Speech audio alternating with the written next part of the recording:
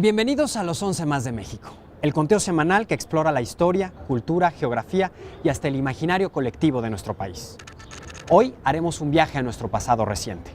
Prepárense para conocer los 11 sucesos que transformaron a México en el siglo XX.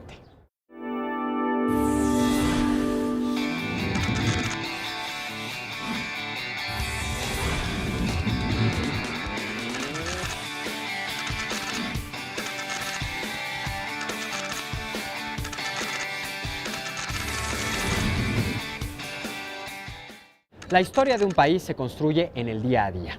Cada hecho marca cambios en su rumbo social, político o económico y transforma su rostro. Gracias a la votación del público hemos llegado a esta lista y al comienzo de nuestro conteo. Posición número 11 de nuestra encuesta. Las polémicas elecciones de 1988. ¿Recuerdan? Fue el año en que se cayó el sistema.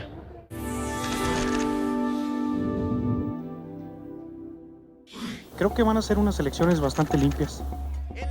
En 1988, durante el sexenio de Miguel de la Madrid, México vivía en una profunda crisis económica heredada de los gobiernos anteriores. Las elecciones presidenciales representaban una gran oportunidad para mostrar el descontento popular en las urnas.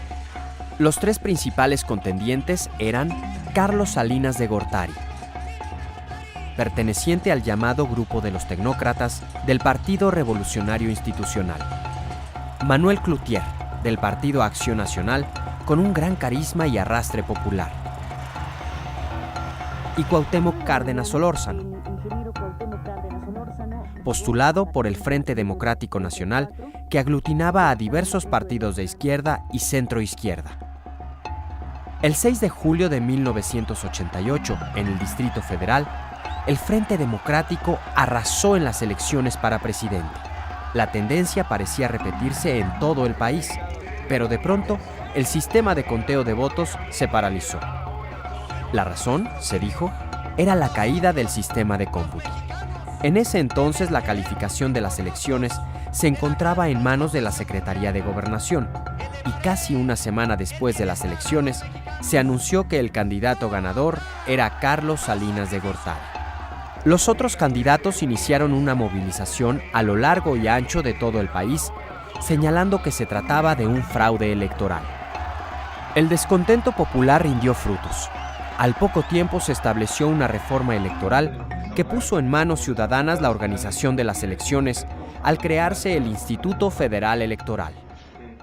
En la posición número 10 de nuestro conteo aparece un tratado que, si bien ha traído múltiples beneficios al país, también ha sido duramente criticado. Se trata, por supuesto, del Tratado de Libre Comercio.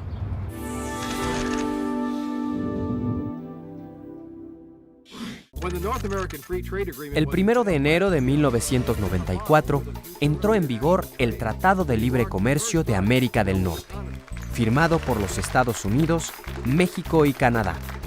Con la firma del tratado se creaba una zona de libre comercio sin barreras arancelarias que permitiera la libre entrada de productos de los tres países en los mercados locales. El TLC ha sido fundamental en las relaciones comerciales entre México, Canadá y Estados Unidos. Tan solo en 1997, el intercambio comercial de México con Estados Unidos fue de $364 mil millones. La zona comercial de Norteamérica es, gracias al Tratado de Libre Comercio, una de las más dinámicas del mundo. Sin embargo, eso no ha impedido que se presenten constantes críticas, pues muchos consideran que el tratado perjudica a los medios de producción locales, sobre todo al campo, las fábricas y el empleo. Los críticos del tratado consideran que la homogenización es un riesgo para la identidad nacional y para nuestra cultura, como ocurre con el cine nacional, casi siempre avasallado por el cine hollywoodense. El TLC, o NAFTA, por sus siglas en inglés, ha traído innumerables beneficios económicos, pero también serios problemas para muchos productores. Sin duda, el Tratado de Libre Comercio es un tema que demanda un análisis profundo. La siguiente posición es ocupada por un suceso del año 2000, cuando millones de mexicanos fueron a las urnas e hicieron realidad sus deseos. De acuerdo a los resultados de nuestras encuestas, en la posición número 9 aparece la alternancia del poder en el 2000.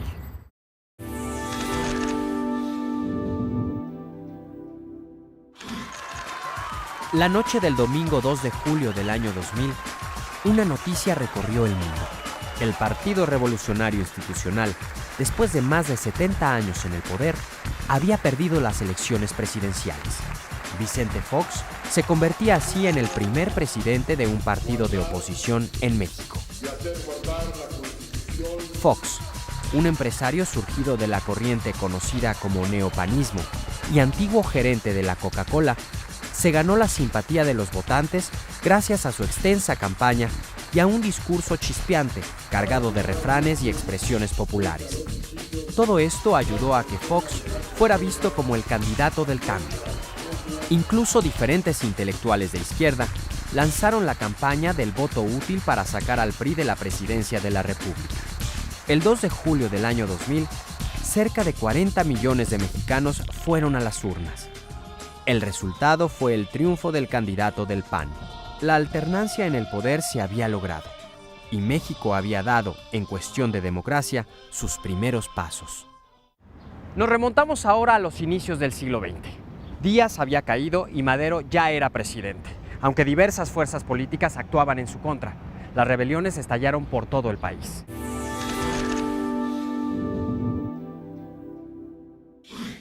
Francisco I. Madero había sido electo presidente, aun cuando tenía muchos y muy poderosos enemigos en su contra. Para 1913 ya se habían sucedido diversas sublevaciones como las de Pascual Orozco, Félix Díaz y Bernardo Reyes, que fueron controladas por el ejército regular que se encontraba en manos de exporfiristas. Por lo demás, Madero era víctima de un constante asedio por parte de la prensa. El 13 de febrero, partidarios de Félix Díaz y de Bernardo Reyes se levantaron en armas y tras liberar a sus dirigentes, se dirigieron a Palacio Nacional, al cual atacaron, pero fueron repelidos por la guarnición. En el ataque murió Bernardo Reyes.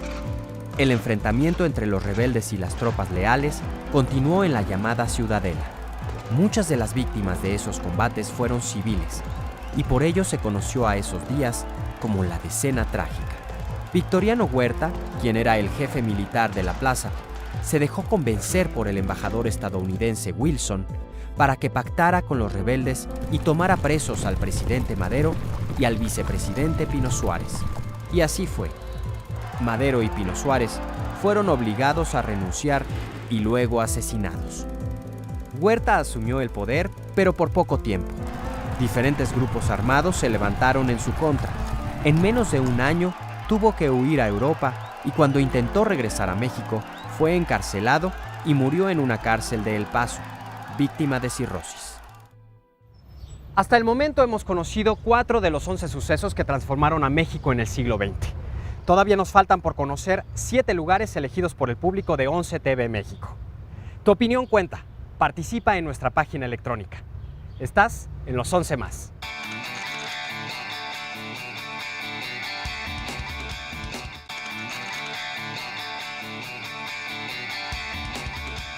Y ahora vamos al 7º lugar, un hecho ocurrido en las montañas de Chiapas el mismo día que entró en vigor el Tratado de Libre Comercio, el movimiento zapatista.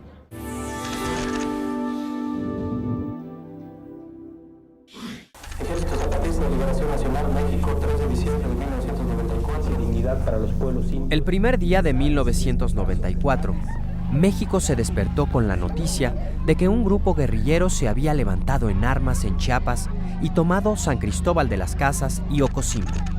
Los guerrilleros también cercaron y atacaron el principal cuartel militar de la zona. El grupo se hacía llamar Ejército Zapatista de Liberación Nacional y su vocero era un joven mestizo con mucho carisma y facilidad de palabra, que de inmediato cautivó a la prensa de todo el mundo. El subcomandante Marcos. El EZLN le declaró la guerra al gobierno mexicano en su primera declaración de la Selva Lacandona y reclamó los derechos que por años se les había negado a los indígenas. Después de algunos enfrentamientos esporádicos y la muerte de varios de sus militantes, el EZLN se retiró a las profundidades de la selva y mantuvo su lucha desde un frente poco habitual, el de los medios. La primera reacción del gobierno mexicano fue aplastar a la guerrilla militarmente, pero la solidaridad internacional y el apoyo de miles de mexicanos lo impidieron. El gobierno propuso un diálogo el cual resultó ser áspero y difícil, y que al final dio como resultado los acuerdos de San Andrés Larráinzar, que aún no se cumplen. Los indígenas mexicanos vivieron por siglos en el olvido y la marginación. El movimiento zapatista permitió que México y el mundo voltearan a verlos y reconocieran su existencia, su cultura y sus tradiciones, y aún su forma de gobierno. El estallido del 1 de enero de 1994 significó la incorporación de los indígenas a la vida política nacional. En la sexta posición se encuentra un hecho que los mexicanos nunca olvidaremos. Ocurrió aquella apacible mañana cuando México se estremeció.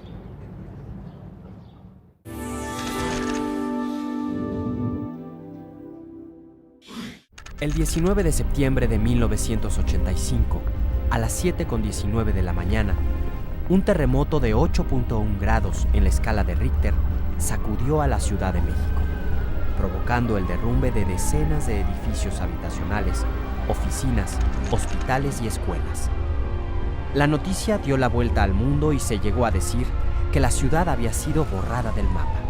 Las autoridades locales actuaron con torpeza y Miguel de la Madrid, entonces presidente de la República, se negó a recibir la ayuda internacional en un primer momento. La respuesta lenta y torpe del gobierno hizo que los habitantes de la ciudad se organizaran por su cuenta.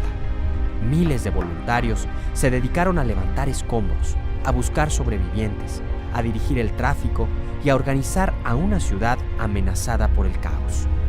Los rescatistas lograron encontrar con vida a más de 4,000 personas, entre los que se encontraban alrededor de 10 recién nacidos que desde entonces son conocidos como los Niños del Milagro.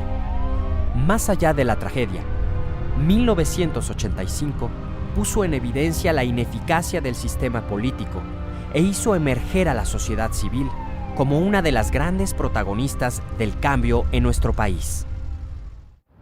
El público consideró que la quinta posición en nuestra lista debía ocuparla un evento relevante para el campo en los inicios del siglo XX, la reforma agraria.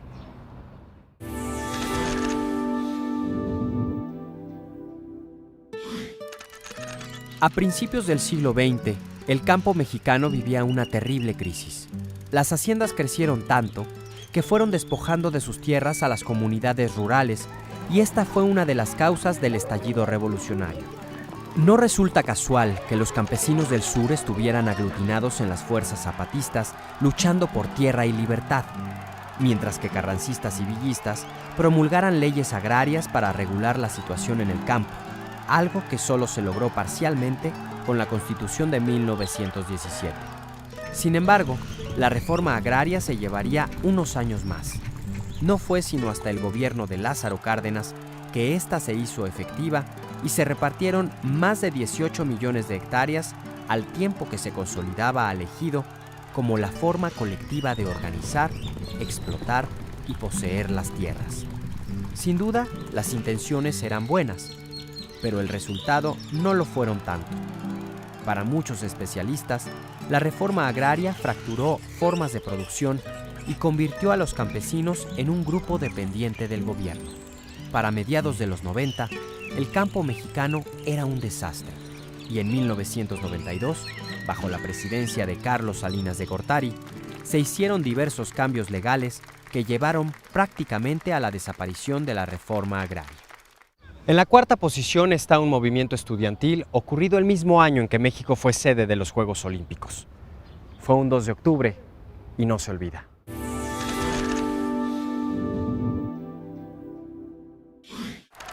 Para muchos, el movimiento popular estudiantil de 1968 fue un parteaguas dentro de la vida política del país. El movimiento del 68 no fue exclusivo de México.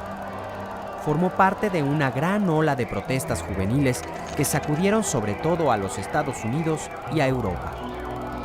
En nuestro país, el movimiento buscaba una transformación democrática. Estaba en contra del sistema, donde un solo partido controlaba totalmente a la sociedad. Por esta misma causa, ya habían levantado la voz ferrocarrileros, maestros y médicos. El movimiento resultó tan impactante que diferentes instituciones de educación superior como la UNAM, el Politécnico y la Universidad Iberoamericana se sumaron y crearon el Consejo Nacional de Huelga. Lo que posteriormente pasó el 2 de octubre en la Plaza de las Tres Culturas de Tlatelolco, nadie lo olvida. Se trataba de una manifestación pacífica y terminó con la represión y la muerte de decenas de estudiantes. El sistema político cerrado y caduco se mostró tal y como era. Lo que nos dejó el 68 fue la clara necesidad de cambiar la vida política del país y buscar cómo diera lugar la democracia.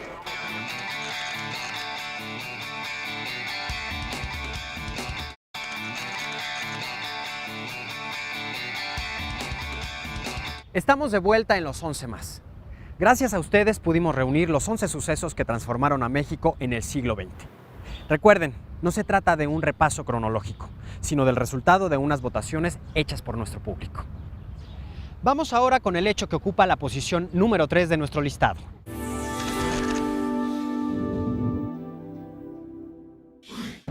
En 1910, Porfirio Díaz llevaba más de 3 décadas en el poder. Entre las clases medias y los católicos existía un profundo deseo de cambio y mucho malestar por la explotación y la violencia de los hacendados y empresarios contra los peones y contra la naciente clase obrera. Francisco Ignacio Madero, un joven empresario, católico y espiritista, se lanzó por la presidencia y recorrió el país despertando el entusiasmo de la población. Su lema de campaña era muy parecido a aquel que el mismo Porfirio Díaz había utilizado para tomar el poder 30 años atrás: sufragio efectivo, no reelección. Poco antes de los comicios, Madero fue encarcelado y resultó perdedor de unas elecciones bastante sospechosas. No obstante, logró fugarse y lanzó el Plan de San Luis, en el que llamaba a un levantamiento armado el 20 de noviembre de 1910, sin obtener más que una tibia respuesta. Poco a poco, la revuelta fue creciendo. Cuando los rebeldes tomaron Ciudad Juárez, Díaz renunció a la presidencia y dejó el país. Así, comenzó una nueva vida política para el país, marcada por casi 20 años de conflictos armados. Ha llegado el momento de conocer la posición número 2 de nuestro listado. Ocurrió durante el sexenio de Lázaro Cárdenas y para muchos historiadores cierra todo el ciclo revolucionario. Por supuesto, nos referimos a la expropiación petrolera.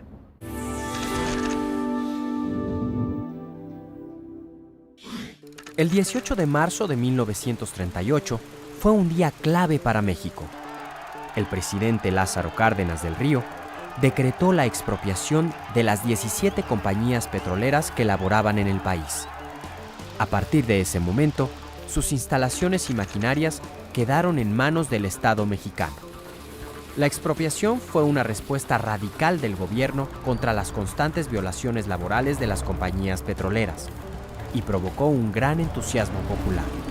El 23 de marzo, en el Palacio de Bellas Artes, miles de personas entregaron lo poco que tenían para pagar la indemnización, y los técnicos mexicanos, haciendo gala de su ingenio, fabricaban los repuestos y las herramientas que hacían falta para continuar con la producción de petróleo. Pero el asunto tuvo consecuencias. Inglaterra rompió relaciones diplomáticas con México, y los Estados Unidos y los Países Bajos decretaron un embargo comercial. Pero Cárdenas aguantó la presión, y poco después nació una compañía estatal destinada a la extracción y comercialización del hidrocarburo: Petróleos Mexicanos. Muchos de los temas por los que ustedes votaron aún están vigentes y forman parte de nuestra cultura, nuestra historia y nuestra manera de pensar. Nuestro listado está a punto de concluir. Hagamos un recuento. En la posición número 11, las elecciones de 1988. Le siguieron la firma del Tratado de Libre Comercio.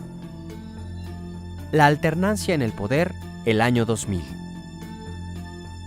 La decena trágica. El surgimiento del movimiento zapatista. El terremoto de 1985. La reforma agraria. El movimiento estudiantil de 1968. La revolución maderista. Y la expropiación petrolera. La posición número 1 de nuestro conteo es un hecho que de alguna manera dio origen a las leyes que nos rigen hoy en día. La mayoría de los votantes consideró que el suceso que más cambió el rumbo de México en el siglo XX fue nada más y nada menos que la Constitución de 1917.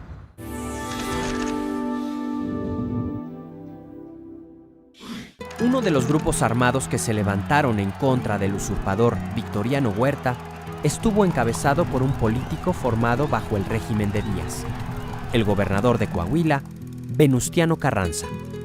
Carranza se apoyó en un grupo de generales sonorenses y se convirtió en el primer jefe de la fracción constitucionalista.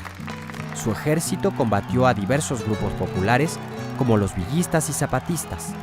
Cuando finalmente los derrotó, Carranza llamó a un congreso para que redactara una nueva constitución para México.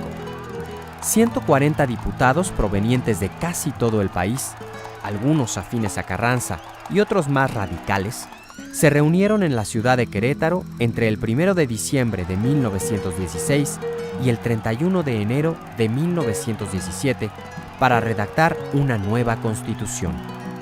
Ponerse de acuerdo en la redacción de cada uno de los artículos fue una tarea ardua. Entre los más discutidos se encontraban el tercero, que reglamenta la educación, el 123, que trata de las relaciones laborales, y el 130, que establece la separación entre la Iglesia y el Estado. El resultado fue la Constitución que actualmente nos rige y que fue promulgada el 5 de febrero de 1917. Y así llegamos al final de nuestro listado sobre los 11 sucesos históricos que cambiaron a México en el siglo XX. Entra a nuestra página y participa, porque los 11 más se hacen gracias a ti. Soy Miguel Conde y recuerda que cada semana tienes una cita con nosotros.